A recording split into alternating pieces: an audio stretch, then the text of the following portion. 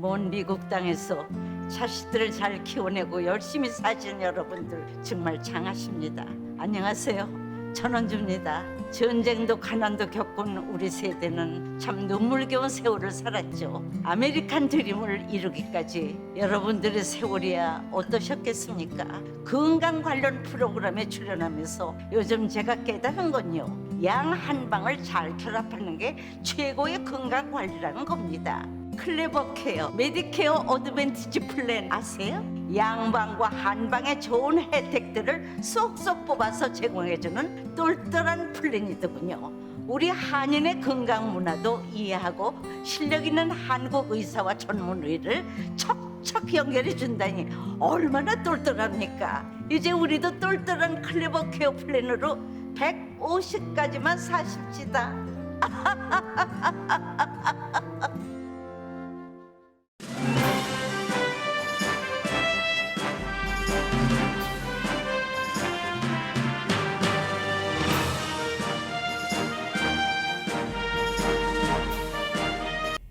새봄 3월에는 여러분의 웃음이 활짝 피기를 라디오 서울이 응원합니다. 강혜신의 오늘의 미국.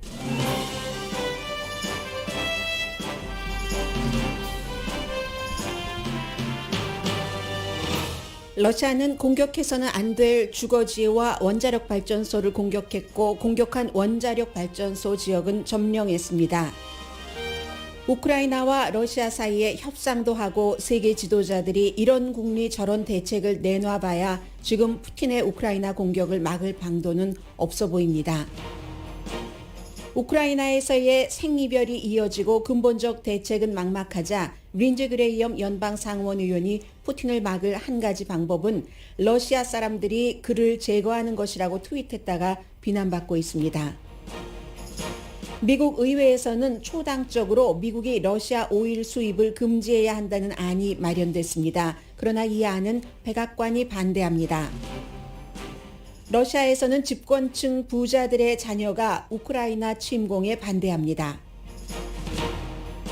세계적인 최고급 브랜드 에르메스도 러시아 스토어의 문을 닫았고, 구글도 러시아에서 판매를 중단했으며 광고 판매입니다. 에어비앤비는 러시아와 벨라루스 운영을 중단했습니다. 인도주의적인 차원만 고려한 결정은 아닙니다. 플로리다주에서 임신 15주일 이후에 낙태 금지안이 통과됐습니다. 2월의 일자리 창출은 전문가 예상을 훨씬 뛰어넘어 경제계에서는 팬데믹 영향이 줄어들고 있는 것으로 보입니다. NFL이 스포츠 리그 가운데 처음으로 코비드 규제를 끝냈습니다.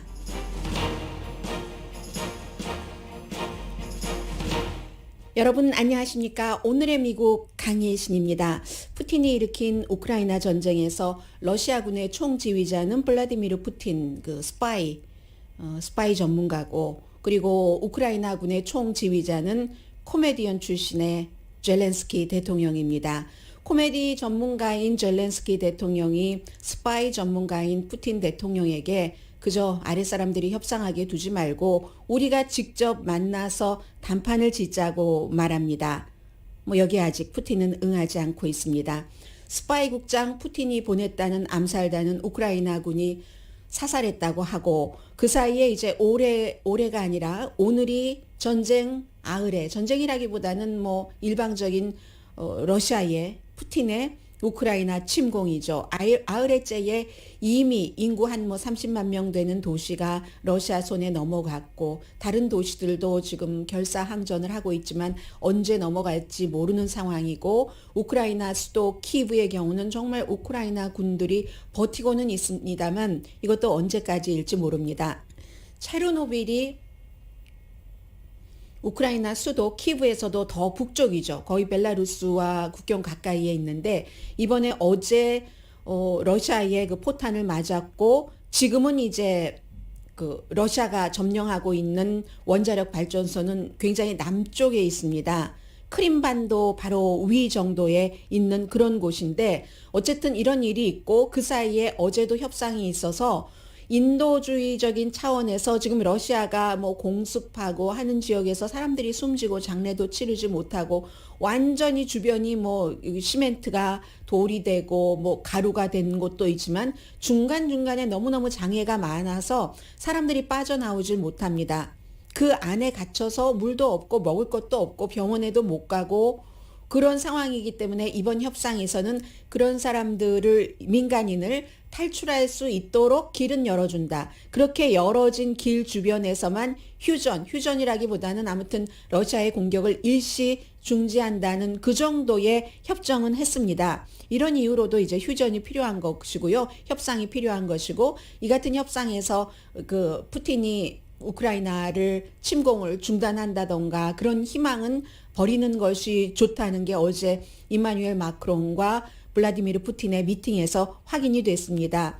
아무리 외국인들이 자진해서 지금 16,000명 이상이 우크라이나에 들어가서 우크라이나를 위해서 싸우고 있지만 이 푸틴의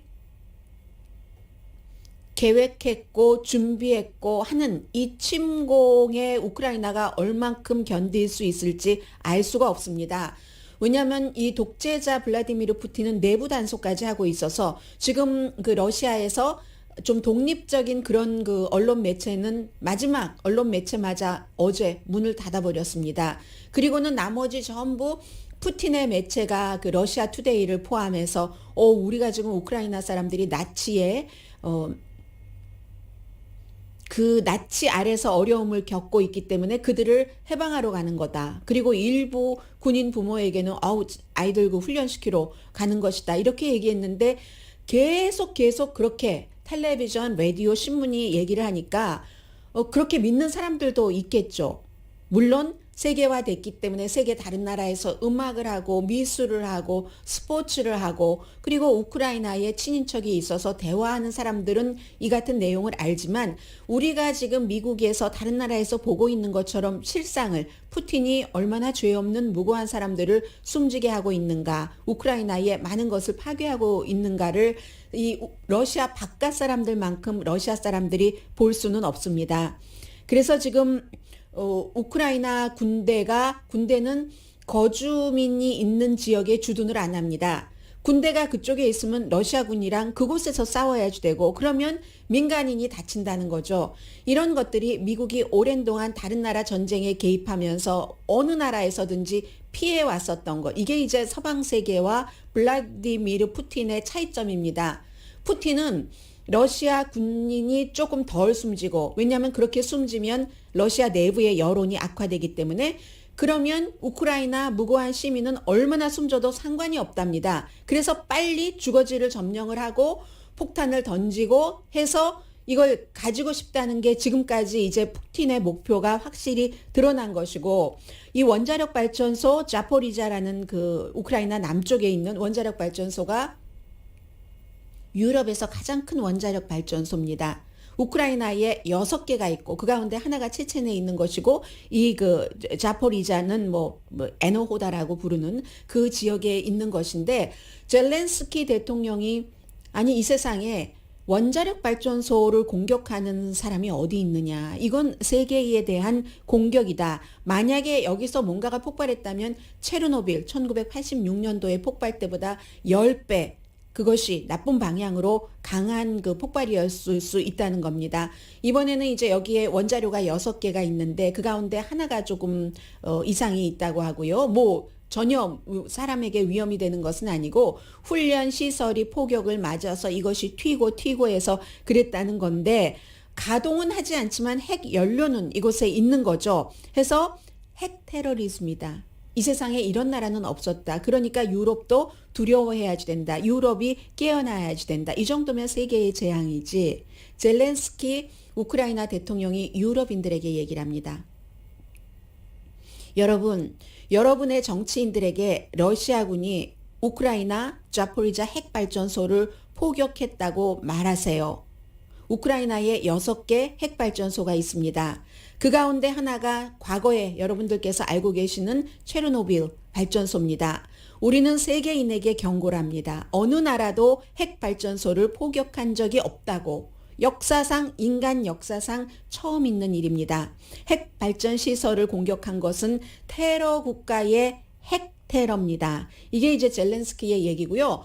이런 얘기들과 화면들과 하는 것들이 세계 사람들을 많이 뭉치게는 하고 있어요. 그러나 핵을 가진 러시아의 아주 안정적인 정신 상태를 보이지 않는 것도 같은 푸틴을 함부로 할 수 없는 그런 그 정말 딜레마가 있고, 푸틴에게 고통을 주면 주는 만큼 고통을 주는 주체 미국과 유럽도 고통을 받습니다.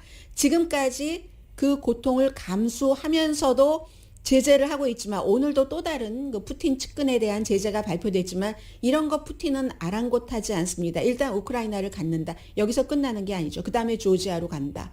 그 이후에 어느 국가로 갈지 모르겠죠. 몰도바 뭐 이런 나라로 당연히 갈 테고, 발틱 국가들, 외부에서 멈추게 하기 전에는 푸틴을 멈출 수 있는 사람이 푸틴과 한 주변 네 사람, 뭐 장군, 정보 총책임자 이런 사람들이 이 모든 것을 결정한다고 하잖아요.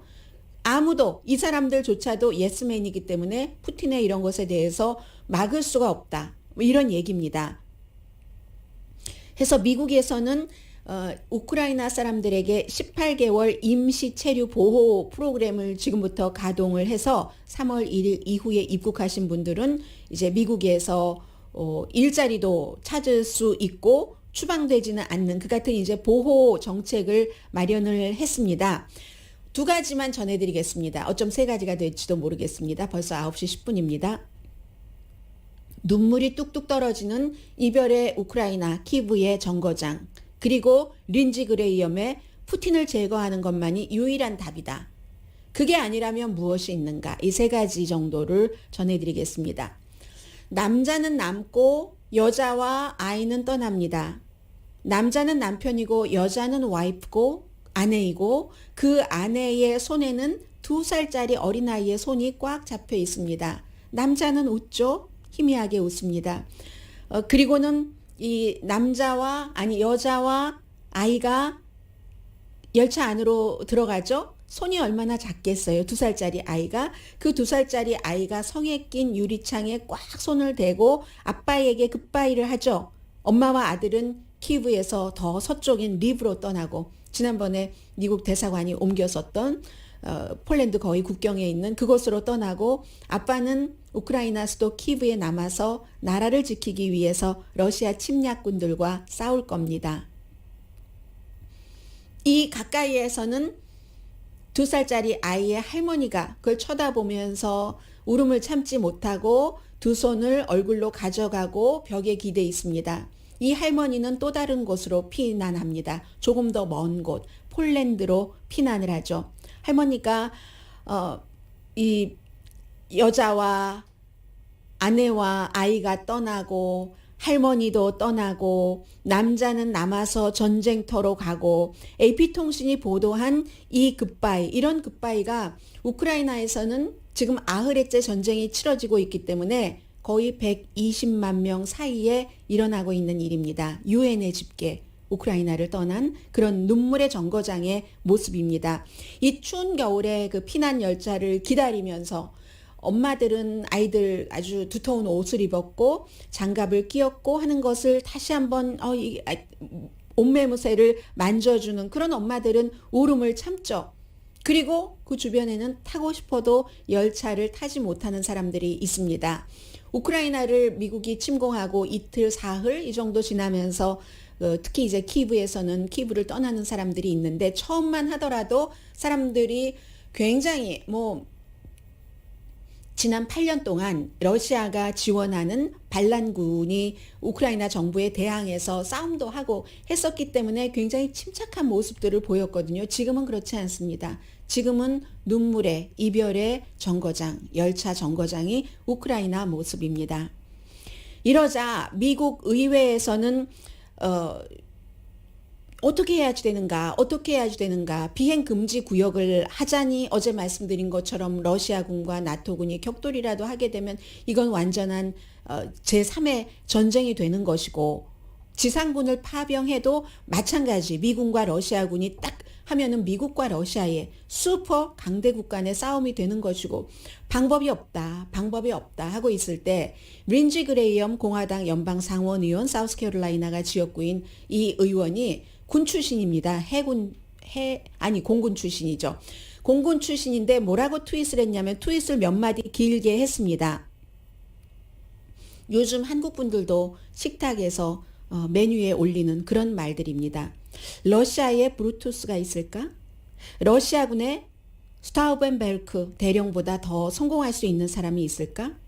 로마 황제 줄리어스 시저를 공격한 브루투스를 얘기를 하고요. 그리고 히틀러 암살을 시도했지만 성공하지 못한 클라우스 폰 스타우벤베르크 뭐 장군이기도 하고 백작이기도 한 그 사람을 말합니다. 러시아라고 강조를 했죠. 우크라이나 사태를 끝낼 유일한 방법은 러시아에서 누군가 푸틴을 아웃시키는 것이다. 말하자면 암살을 얘기하고 있는 겁니다.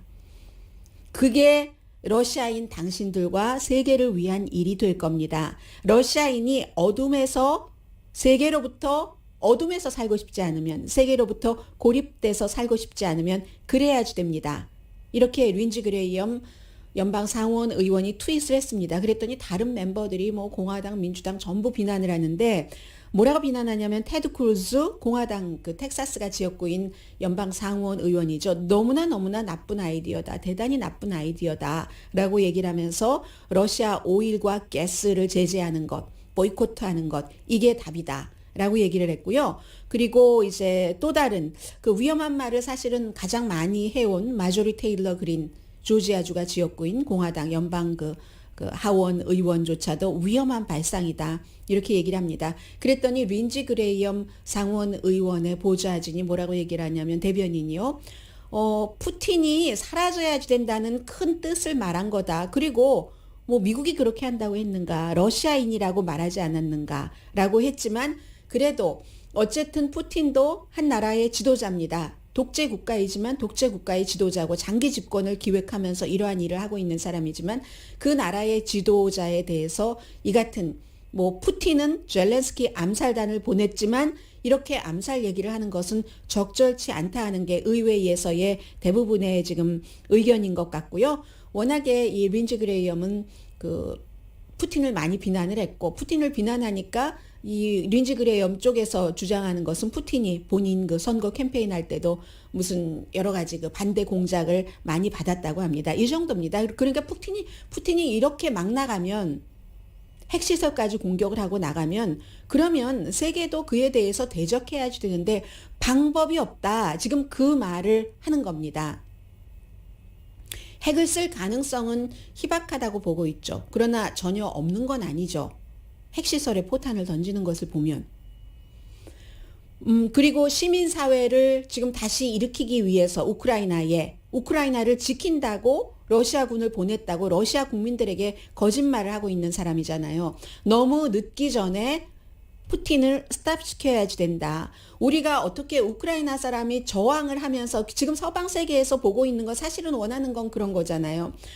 우크라이나 사람들이 끝까지 저항을 하면서 이러한 푸틴의 잔혹성이 결국은 돌아서 러시아 내부까지 너무 많이 돌아가서 러시아인들이 확 지금 뭐 거의 10,000명 정도가 구류됐을 텐데 전쟁에 반대하면서 시위한다고 그것보다 훨씬 많이 퍼져서 러시아 내부에서 뭔가가 폭발해 주는 게 가장 합리적인 그 희망 사항이기는 하죠. 그런데 지금 보면 그럴 것 같지 않거든요. 왜냐하면 워낙에 언론 통제를 잘하고 있는 사람이기 때문에 그리고 얼마나 오래 버틸지는 우크라이나가 결정을 할 일이고 결국은 뭐 중요한 매체 뭐 예를 들어 이코노미스트 같은 데는 오일과 가스 엠바고로 더 고통을 줘야지 된다. 경제를 망가뜨리고 더 좋은 무기를 어제 월스트리트저널이 지적을 한 것처럼 더 많이 보내고 그 사이에 이제 외교적인 협상도 하지만 유럽연합은 난민들 지금 잘 받아들이고 있잖아요. 그런 것 계속해야지 되고 중국과 인도도 지금은 저렇지만 나중에 푸틴의 포악함이 세계에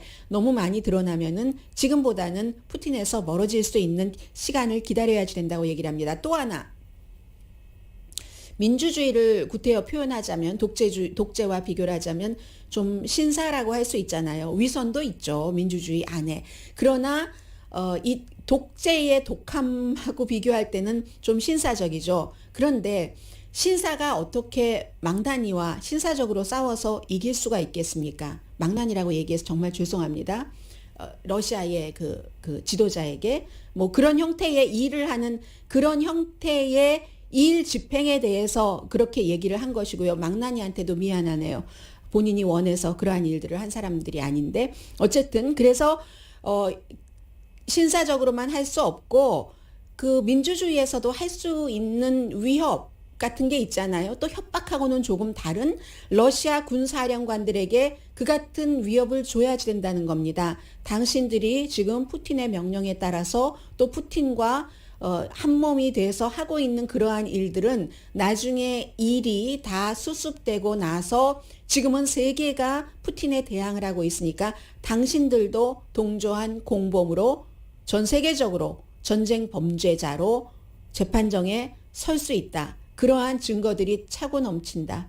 비디오로. 이것을 러시아 사령관들에게 분명히 심어줘야 된다는 겁니다. 그리고 또 하나, 이 내용은 제가 아마 우크라이나 전쟁이 일어나고 하루 이틀 뒤에 여러분들께 말씀을 드린 것 같은데 푸틴에게도 길을 열어줘야 된다. 말하자면 점점 조여서 더 이상 이 고립에서 살아갈 수가 없고 러시아의 경제도 나빠지고 그러한 것이 서구의 탓이 아니라 전쟁을 일으킨 푸틴의 탓이다 하는 것을 러시아 국민들이 안 그런 시점이 돼서 본인이 생명의 위협을 느끼고 주변에 몇 사람 남아있는 사람도 말하자면 전향하고 만다면 푸틴에게 어떤 망명을 할 수 있는 여지를 준다던가 대통령 자리에서 물러나면서 그런 형태로 마무리를 지어야 된다 하는 내용들. 용감한 러시아인의 시위가 많아질수록 불필요한 전쟁으로 러시아도 이기지 못하고 푸틴도 이기지 못한다 하는 러시아인이 많아질수록 지금의 우크라이나 시민들처럼 2살짜리 아이와 아내와 뭐 거의 신혼이잖아요. 굿바이 하면서도 나는 남아서 나라를 지키겠다고 하는 우크라이나 사람이 많은 것처럼 현상을 제대로 보고 푸틴에 대항하는 러시아인들이 많아져서 물결이 차고 올랐을 때 푸틴을 신사스럽게 말하자면 일종의 제거죠. 그러한 방법들을 얘기하고 있습니다.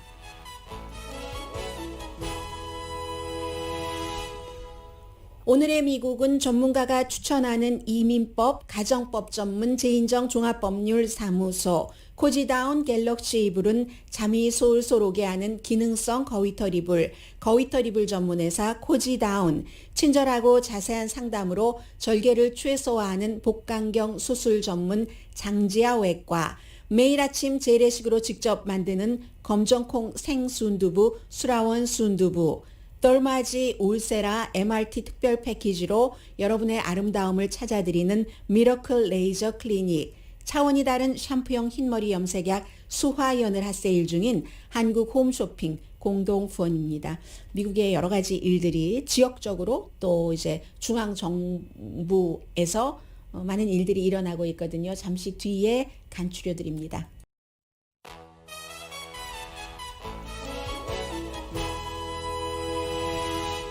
라디오 서울 방송 오늘의 미국 듣고 계십니다. 플로리다주에 살고 계신 분들 혹시 저희 라디오 서울 방송 오늘의 미국 듣고 계십니까? 안녕하세요.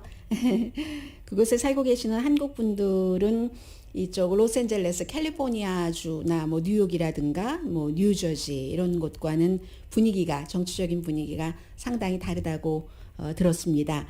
플로리다주 상원에서 찬성 23대 반대 15로 여성이 임신을 했을 때 15주일 이상이 되면은 낙태를 금지하도록 하는 게 하원에서는 9월 달에 통과됐고 어제 상원에서도 통과가 됐습니다. 그런데 이 안은 텍사스라든가 미시시피주에서 먼저 했었던 것보다는 조금 나은 편입니다. 그게 이제 플로리다가만 하더라도 조금 더 글쎄요. 도시적인 분위기도 많이 있고 하니까 그런지 모르겠습니다만은 다행히 이 플로리다주에서 통과된 이 안은 근친상간이나 강간 그 피해로부터는 그건 예외를 두도록 했습니다. 민주당인 플로리다주의 어떤 그 의원 상원 리더 이름이 로렌북 의원이네요. 이 의원이 울면서 그 호소를 했다고 하더군요. 10대 때에 이제 그 약을 먹이고 그 남자들이 그리고는 이제 말하자면 갱레이브니까 그 윤간이죠. 본인이 당한 그 경험을 얘기를 하면서 어떻게 강간 피해자들도 임신 15주일이 되면은 더 이상은 그 아이를 낳아야지만 하는가라고 호소를 했고, 어쨌든 그 부분은 받아들여졌습니다. 현재는 이제 한 24주일 뭐 이 정도는 되잖아요. 그래서 이 문제는 론 디센티스 플로리다 주지사는 당연히 서명을 할 것이고요. 효력이 7월 1일부터 빠른 편이죠. 바로 되는데, 이게 이제 플로리다 주 차원에서는 그렇지만 미시시피 이 낙태 금지법 케이스를 연방 대법원에서 심의를 할 것이기 때문에 결정이 아마 올 여름쯤에 나올 겁니다. 그러면 이제 그때부터 또 한번 미국이 소용돌이 치고 낙태라든가 여러 가지 학교에서 학생들에게 무엇을 가르치는가, 과거의 노예제, 그리고 참혹했었던 그 백인의 그 흑인에 대한 그 어떠한 그 탄압 같은 것을 가르치면 안 된다. 또 그런 것은 가르쳐야 된다. 꼭 뭐 백인을 비난하기 위해서가 아니라 과거에는 그랬지만 지금은 그러면 안 된다는 뜻에서, 그리고 이미 있었던 역사가 아니냐. 이게 이제 그 비교 인종 이론을 가르치냐 마느냐고, 이쪽 반대하는 쪽에는 플로리다주에서는 그런 뭐 법안까지 만들었잖아요. 그렇게 될 때 백인들이 너무너무 죄책감을 느낀다. 글쎄 과거의 조상이 한 일에 대해서 많은 죄책감을 괴로울 정도로 느끼는 그런 백인이 얼마나 있는지는 모르겠습니다. 현재라면 조금 다르죠. 산타모니카에서 어떤 여성이, 젊은 여성이 유난히 또 머리를 이렇게 짧게 단발로 컷을 해서 어려 보이는데 어린 아이인 것 같아요. 본인의 아이를 데리고 내가 러시안인데 미안하다고 쏘리 하면서 I'm 러시안 하고 러시아의 우크라이나 침공을 얘기를 하잖아요. 현재로선 그럴 수 있겠지만 그렇게 오래전에 일에 대해서 그런 사람이 있을지는 모르겠습니다만, 백인으로서 지금 죄책감을 느낀다. 과거 우리 조상이 흑인을 노예로 부렸던 것에 대해서 뭐 약간의 미안함은 있을 수 있겠지만 그런 게 생기기 때문에 가르쳐서는 안 된다. 이러한 것들이 낙태와 함께 굉장히 사회적인 보수 이슈가 2022년 11월 달 중간 선거에 한창 아주 굉장히 강하게 나올 겁니다. 그리고 이제 그 여름이 되면은 연방 대법원에 낙태안에 대한 심의도 나오기 때문에요. 트럼프 전 대통령의 큰아들의 피앙세, 아직 결혼은 하지 않았습니다. 이혼 수속이 끝났는지는 모르겠어요. 왜냐하면 결혼 중에 생겼었던 그 남녀 관계이기 때문에. kimberly guilfoyle이라는 전에 그 박스에서 일을 했었죠. 그리고 뭐 게빈 뉴섬의 부인이기도 했어요. 이 여성은. 이 여성이 지난주에, 여성이라고 말하기보다 굉장히 더 뭐 여성은 여성이라서 여성이라고 했지만 트럼프 전 대통령 주변에서 일을 참 많이 하는 사람입니다. 기금 모금에 굉장히 능하고요. 그리고 지난번에 왜 공화당 전당대회 할 때 막 너무너무 크게 모션과 음성과 너무 크고 조금 과장되게 해서 기억하시는 분들 많을 겁니다. 그 사람이 지금 트럼프 그 전 대통령의 큰아들의 피앙세인데, 지난주에 자진해서 이 컴퓨터 온라인 가상으로 1월 6일 의사당 사건에 대해서 의회에서 인터뷰를 했거든요. 그런데 인터뷰하다가 갑자기 아담 쉬프, 그 민주당 그 하원에 그 버뱅크가 지역구인 그 의원이 나오니까 그냥 꺼버리고 답변을 안 했거든요. 그랬더니 의회에선 이럴 때는 소환장을 발부를 하죠. 해서 전 대통령의 아들의 피앙세가 소환장을 받았다. 왜 중요하냐면 기금 모금이라는 것은 정말로 큰 그 역할을 하는 것이고, 그 기금 모금이라는 것이 의사당 폭동 사건에 예를 들어 그 관계자들에게는 어떻게 그 됐는가, 그것으로 인해서 뭐 호텔 모임이라든가 이런 데도 그런 기금이 쓰이지 않았는가, 의사당 폭동 사건이 있었던 날 그날 그 백악관에서 대통령이 나도 의사당에 가겠다 하고 안 가고는 텐트에서 파티치고래요. 텐트 치고 구경했잖아요. 백악관 비서실장도 있었고 대통령도 있었고 아들도 있었고 누구도 있고 다 모여 있는 데서 이 가브리엘 기포스가 막 춤추고 하는 그런 장면이 기억이 나는데, 그만큼 그 의사당 폭동 사건에 얼만큼 연관이 돼 있는가 하는 것을 조사하기 위해서 소환장이 발부됐다는 거고요. 의회에서 하고 있는 또 한 가지 일은 러시아로부터 미국이 그 오일과 석유를 많이 수입하진 않지만 수입을 합니다. 그 수입하는 것을 완전히 금지, 완전히 밴드, 보이코트 하는 것을 공화당도 지지하고 민주당도 지지합니다. 이 안을 들고 나온 사람이 누구냐면은 지금 민주당에 있어서 이 사람의 그 도움이 없이는 통과가 되지 않습니다. 바이든 대통령이 며칠 전에 국정연설에서 Build Back Better 할 때 공화당이 야유하고 민주당이 와 환호했었던 그것도 이 조 맨슨이 통과를 시켜줘야지만 되는데 그 조 맨슨이 이 안을 들고 나온 겁니다. 공화당의 리자 머코스키 같은 이런 사람들과 함께 18명이 함께 만들었어요. 우리 미국 푸틴 저거 벌 줘야지 돼. 러시아의 그 오일, 그 석유 수입하면 안 돼 하고 민주당의 낸시 펠로시 하원 의장도 나 그 안을 지지한다라고 얘기를 했거든요. 미국은 사실은 정유 수입은 좀 줄어드는 추세입니다. 미국 내의 생산량도 있고 하니까 2000년대 중반부터 그러다가 지난해에는 특히 2021년 팬데믹 이후에 중반기 이후에는 러시아에서 수입하는 것도 조금 늘리기는 했습니다. 뭐 하루에 한 80만 배럴 정도라고 하던데요. 12월 달에는 좀 또 줄어들어서 40만 배럴 정도 러시아에서 왔는데 이것을 금지하면은 아무래도 줄어드니까 전략적 비축류라는 것은 한없이 방출할 수가 없으니까 딱 가지고 있어야지 되는 양이 또 있으니까 백악관에서는 선거도 다가오는데 뭐 이렇게 될 경우 그것마저 없으면 지금 캘리포니아주가 그 갤런당 가솔린 값이 $5 넘어서 평균 넘어서 굉장한 뉴스가 되고 있는데 그러면 이 표가 어디로 가는가 걱정을 할 수밖에 없는 겁니다. 백악관에서는. 그런데 여기서 딜레마가 있는 거죠. 백악관은 또 이 안은 반대라지만 조 맨슨의 지지가 필요한 겁니다. 다른 안에서 Build Back Better를 통과시키기 위해서. 그래서 이제 이게 참 지금 애매한 상황이다 말씀드리고요. 잠시 뒤에 이제 팬데믹에 대한 규제도 풀리고 경제도 조금 뭐 정상으로 돌아가는 것 같기도 하고요. 잠시 뒤에 전해드립니다.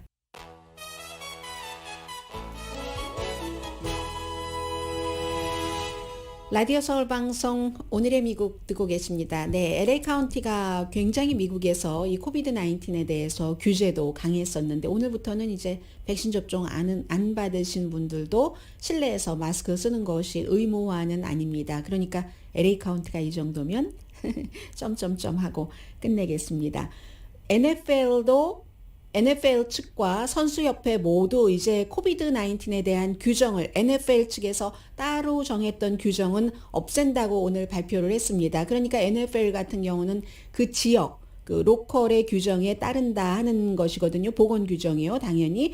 그리고 필요하면은 우리가 다시 지금까지 했었던 여러 가지 그 규제를 다시 가지고 오겠다 했는데 NFL 경우는 이제 그 스포츠 그 메이저 리그 가운데서 처음으로 이 같은 그 발표를 한 것에 주목이 되고 그러면 다른 데도 다 그렇다는 것이고 NFL은 특히 굉장히 자주 그 변경 같은 것을 했습니다. 그리고 뭐 지난해에 경기도 많이 취소했었죠. 15번 경기 스케줄 다시 잡았었고 3게임은 뭐 팀원이 걸려서 못하고 이런 것 있잖아요. 한 명도 아니고 여러 명 걸리기도 했고 하는데 그런 정도고요. 그리고 조금 시간이 지나니까 노박 조코비치가 웃는 날도 오네요. 이제 세계적으로 이 오미크론 그 변이가 오미크론 지금 그 A가 여기서 조금 멈추는 것으로 거의 확실해 보이니까 프랑스도 이달 말에 백신 패스포트라고 백신 여권이라고 해서 굉장히 강하게 규제했었던 것을 이달까지는 하고 이달 말에 그 프랑스가 끝낸답니다. 그러면 노박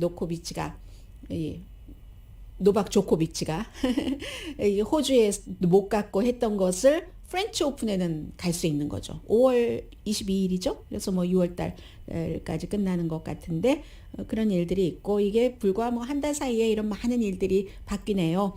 그리고 이제 그 경제를 말씀드리자면은 2월 달에 늘어난 일자리가 67만 8천 개랍니다. 어제 말씀드렸어요. 월스트리트의 전문가들이 44만 개 정도 늘어날 것으로 예상한다 했는데 굉장히 많이 늘어났죠.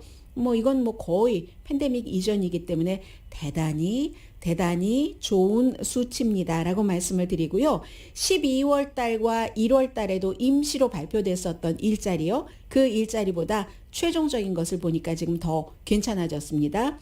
사람들이 이제 직장으로 돌아간다는 거고 실업률도 4%에서 3.8%로 내려갔습니다. 2월 달에 임금 이상이 이상이 아니라 임금 인상이 그다지 높지 않거든요. 이것도 어찌 보면 좋은 일입니다.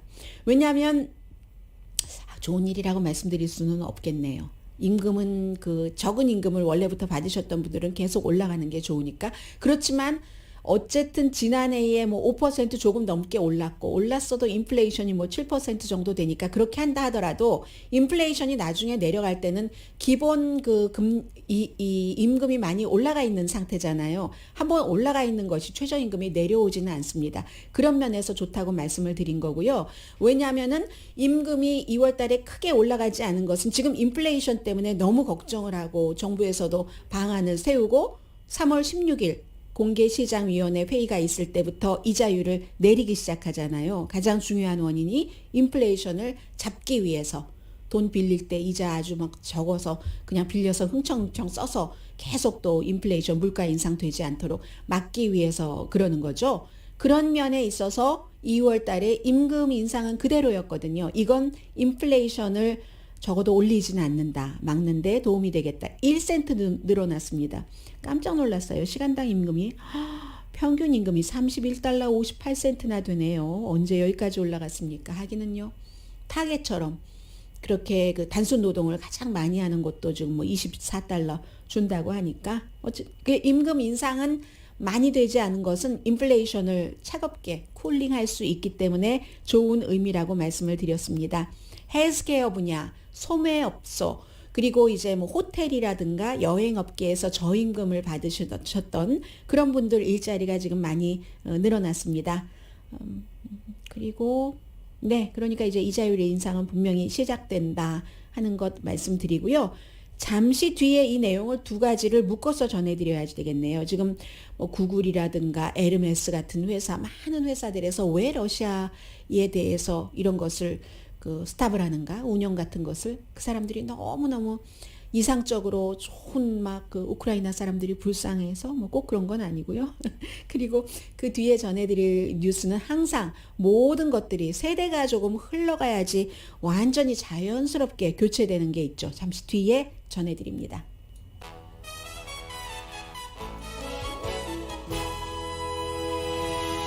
라디오 서울 방송 오늘의 미국 듣고 계십니다. 세계에서 아주 큰 일이 일어났을 때 이제 뉴스하는 사람으로서는 어떤 생각이 드냐면요.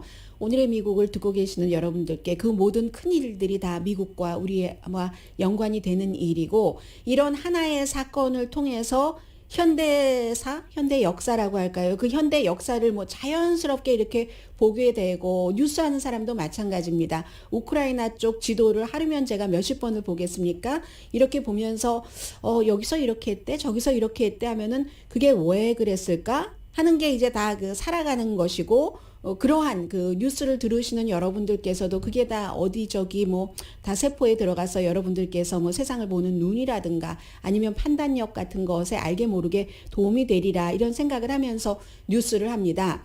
지금 폴란드 정부도요, 독일 정부에 이어서 국방비를 GDP의 3%까지 올리고 국내 총생산에 2023년도에 그것도 내년에 당장 걱정이 되는 거예요. 폴란드도.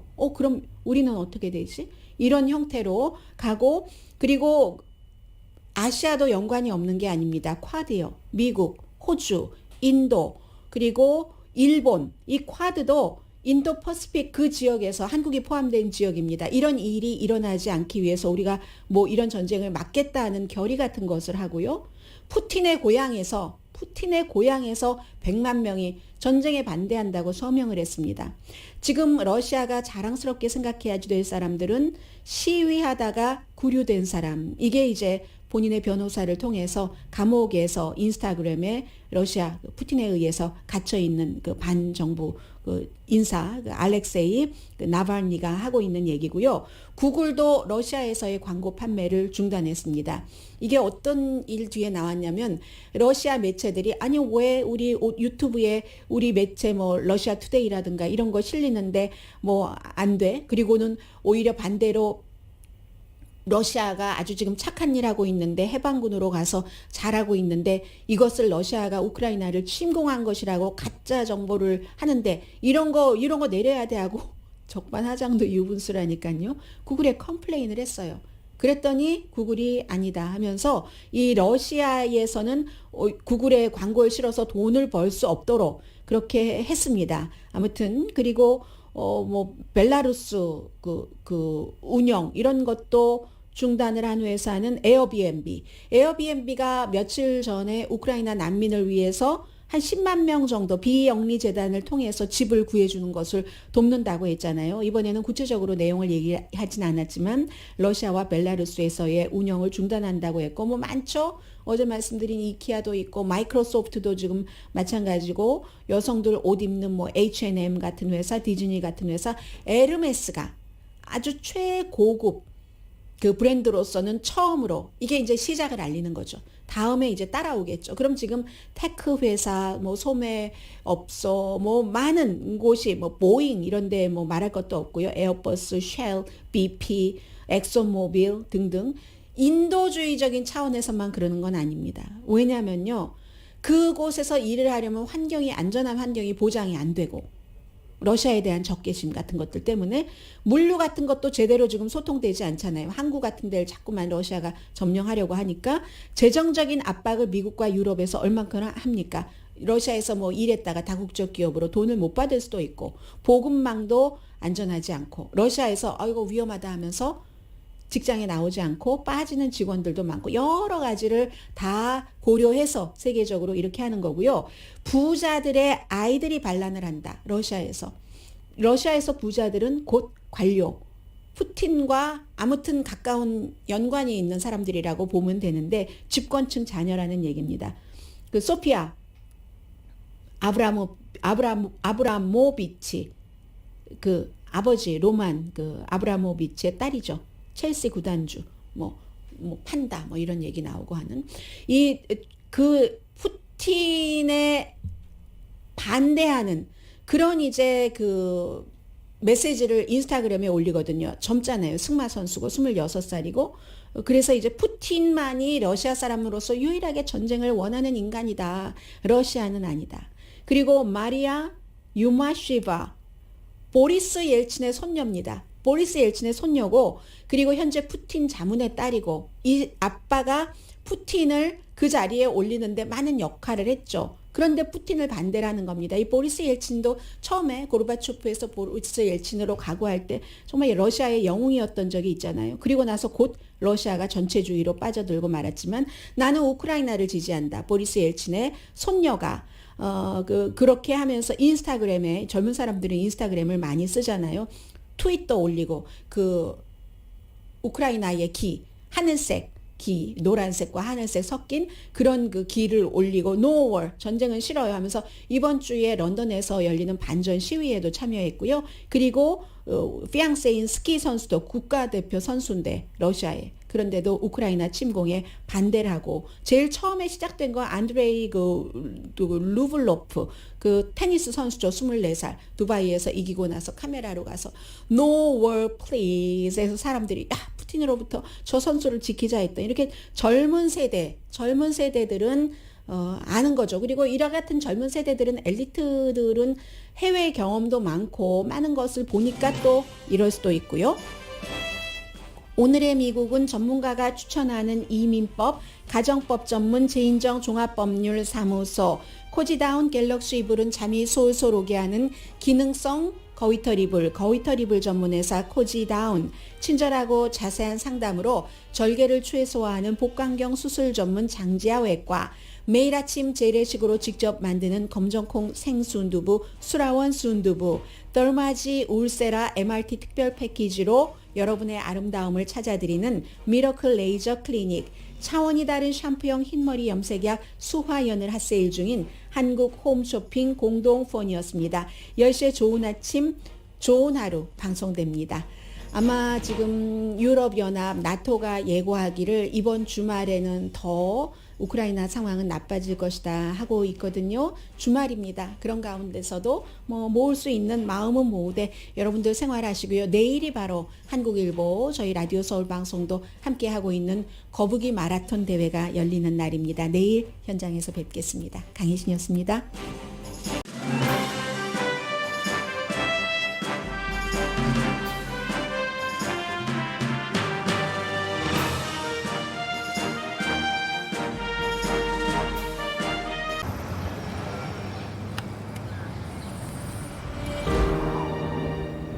아직 쓰여지지 않은 스토리. 그 스토리를 완성하기 위해서는 새로운 아이디어를 찾아 움직여야 합니다. 우리의 움직임, 그것은 차세대 전동화 차량을 만드는 것입니다. 당신의 새로운 영감을 찾아서